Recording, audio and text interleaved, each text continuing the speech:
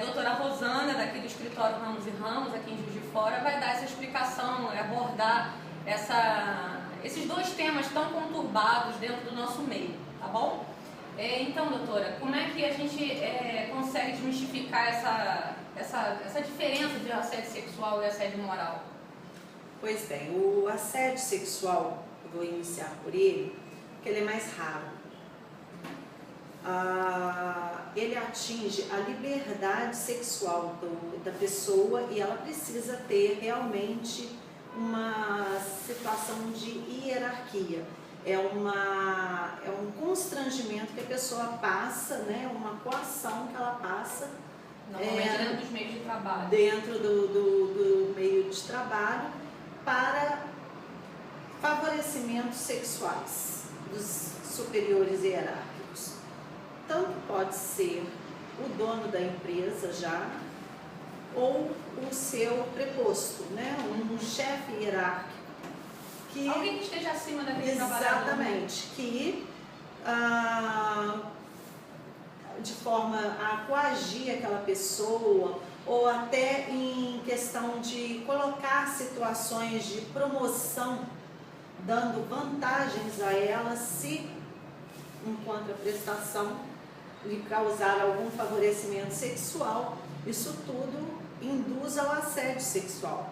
E ele pode ser levado ao meio da Justiça do Trabalho para sua coação, né, inibição daquela atitude dos superiores hierárquicos, através da rescisão indireta do contrato de trabalho, ou por meio até, dependendo se for uma coisa muito ofensiva, boletim de ocorrência e uma ação penal. E pode as duas ações paralelas, pode. Então?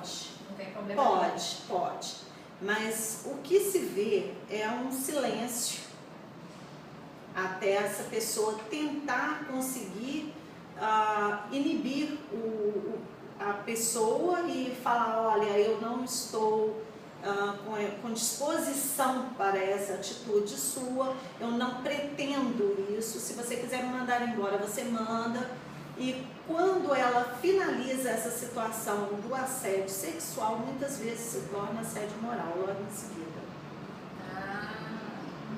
A pessoa ofendida na recusa da funcionária em favorecê-lo e não aceitar aquela situação, muitas vezes passa daí adiante a assediá-la, mas aí moralmente. Então, na verdade, começa com assédio nem sexual.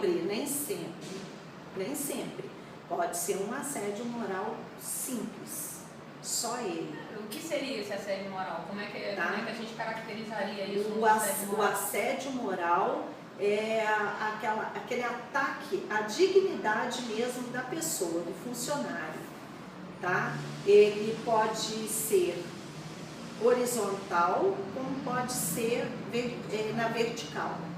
Pode ser na horizontal, na vertical, e pode ser misto. Ele pode ser atacado de todos os lados. Então, na verdade, é aquele patrão, né, que fica lá, seu burro, seu isso. Aí um colega vê e faz também.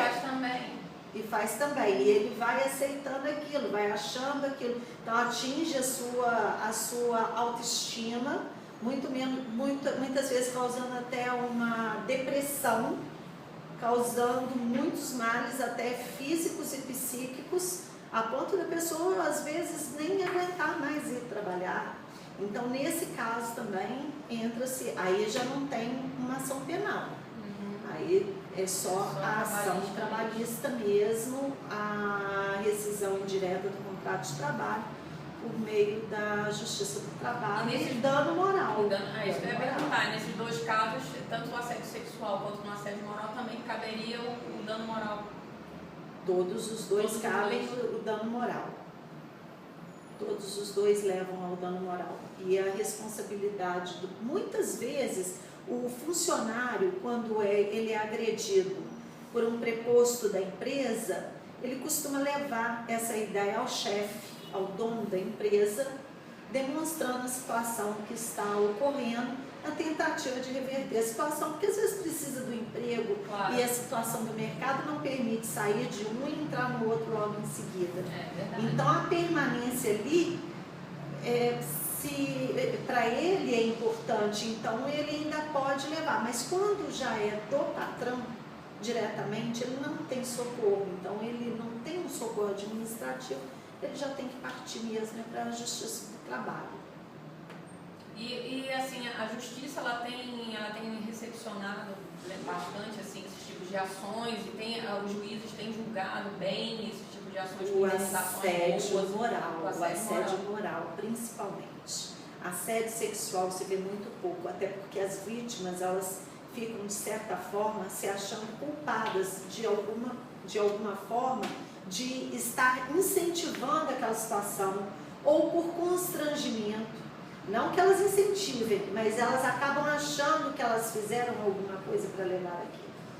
Ou, às vezes, até o constrangimento mesmo impede de falar do assédio sexual. Então, elas simplesmente preferem abafar a situação. E aí, no caso, quando se torna o assédio moral, já ficam mais à vontade.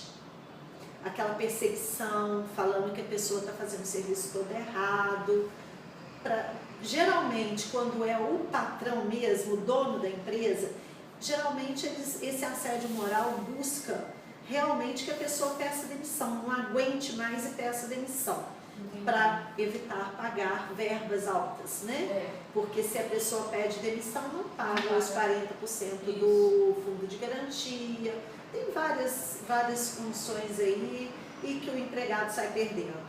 Só que dentro da CLT tem os meios para aquele empregado não ter que pedir demissão.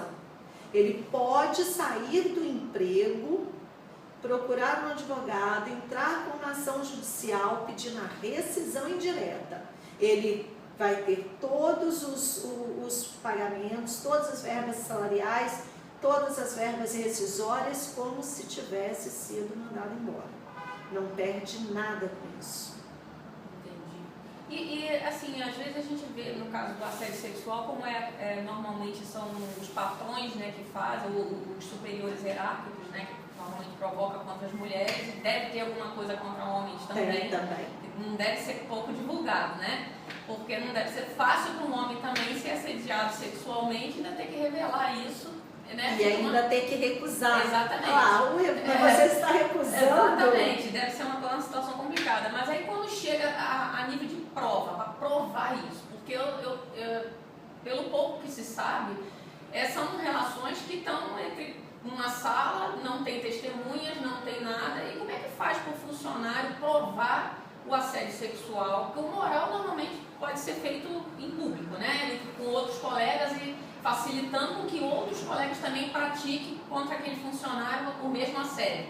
Agora, o assédio sexual não. O assédio sexual, como ele já é feito dentro de 4 paredes, dentro de um escritório, como é que vai provar isso? Lá na justiça, quando chegar na frente do juiz, ele vai exigir a prova. Por isso que muita gente não acusa o assédio sexual. Por isso que muitas vítimas guardam isso para si mesmas. Enfrentam essa situação sozinha. Mas acontece que ela pode fazer um boletim de ocorrência no momento que acontecer, chamou na sala, ficaram os dois, ocorreu o fato, já saia dali, já denuncie desde ali, demonstrando que foi chamada na sala, que lá ocorreu os fatos e que ela passou por essa situação, faça o boletim de ocorrência. Mas ela não pode ficar silente, porque se ela silenciar, aquilo ali já passa a ser até como se ela tivesse aceitado aquela investida. E aí ela mesma vai ter constrangimento de, numa situação futura, solicitar um socorro. E muitas também comentam com uma amiga o que está se passando, o que está sofrendo. E esses testemunhos são aceitos. O próprio rendimento do funcionário, da funcionária costuma cair. Então isso tudo. E isso as pessoas à sua volta percebem. percebem que o comportamento dela mudou, que quando aquela pessoa chega perto ela se retrai. Existem nuances. Então a prova testemunhal ela é aceita. A Lei Maria da Penha não entra nessa história, a não ser que tenha uma espécie de agressão, porque aí liga a situação familiar, né? Não, geralmente eu nunca vi ocorrer a chegar. Não, eu estou perguntando porque no Rio Grande do Sul aconteceu uma situação de uma mulher que sofreu assédio sexual do patrão, só que o patrão era cunhado. Como tinha a relação familiar. Então, aí o que acontece com o direito? Ela era direito. Aí é que mora a situação todinha que rege as nossas leis. Elas vêm prontas para alguns casos. O que acontece? Somos seres humanos em convivência e aprendizado contínuo. É verdade. Por isso que as leis, elas têm que se atualizar, elas mudam. Mesmo tendo algumas leis, os juízes julgam aquele caso de forma aí até contrária a alguma lei. Por quê? Criando jurisprudências. Por quê? Porque são situações únicas que estão acontecendo naquele momento. Ou que às vezes vinha acontecendo, mas nunca chegou no meio jurídico, para aquilo ali virar um ponto onde se deveria agir a justiça. Então, cada caso que é levado à justiça, ele tem nuances. Por isso que muitas vezes uma pessoa fala, eu entrei com a mesma ação de fulano. Fulano ganhou e eu perdi. É o advogado. Não. Às vezes uma pequena linha tênue ali no processo de um com o outro desestabiliza uma ação em relação à outra. Nesse caso aí, por exemplo, a relação familiar. Que era cunhado. A relação familiar foi levada ao ambiente de trabalho e aí sim eu vejo a situação da Lei Maria da Penha podendo estar entrando nessa situação. Agora, na relação de trabalho, eu não veria muito. A questão aí foi realmente a relação familiar que existe. Porque se você tiver o seu patrão, um time, se você tiver um patrão que seja seu pai, seu irmão, cunhado, e você sofre uma agressão dentro do local de trabalho, pode-se trazer a Lei Maria da Penha, sim, porque ela é uma violência doméstica que pode estar vindo lá da sua casa, sendo transferida para o local de trabalho, fazendo uma extensão da sua casa no seu local de trabalho. Agora, já em questão de falta de parentesco, aí não tem esse meio da Maria da Penha para ser buscado, não. Aí mesmo a Justiça do Trabalho, a criminal, no caso do assédio sexual, né? Principalmente porque ele pode ser tentado ou consumado, né? Então aí tem que ver a situação, porque se foi uma situação que pode ser levada até uma violência contra a mulher dentro do local de trabalho, imediatamente tem que se fazer um boletim de ocorrência e prosseguir com... E realmente as mulheres ficam com medo, né, de levar isso adiante. Não pode ter o medo, não pode ter o medo, porque a situação ela pode ser gravada numa segunda investida. Se você se cala porque você está constrangido ou porque você precisa do trabalho, seja lá o seu motivo que for, desde que não seja o aceite daquela situação, eu não estou querendo, eu não gostei, mas vou ficar quieta. Na visão do agressor, seu silêncio pode ser dado como um sinal de tudo bem para uma próxima. Entendi. Então é isso, Rosana, obrigada, tá? Foi esclarecedor que você acabou esclarecendo para a gente aqui. Creio que o povo lá deve ter conseguido desmistificar essa diferençazinha de assédio sexual e assédio moral. E a gente aguarda vocês até o próximo vídeo. tá bom? Fiquem com Deus e aguardem a surpresa que ela ainda tá pra vir, viu? O pessoal tá me cobrando lá, mas a surpresa virá. Tá quase pronta, tá? Faltando só uns ajustezinhos, tá bom? Beijos e fiquem com Deus. Boa tarde.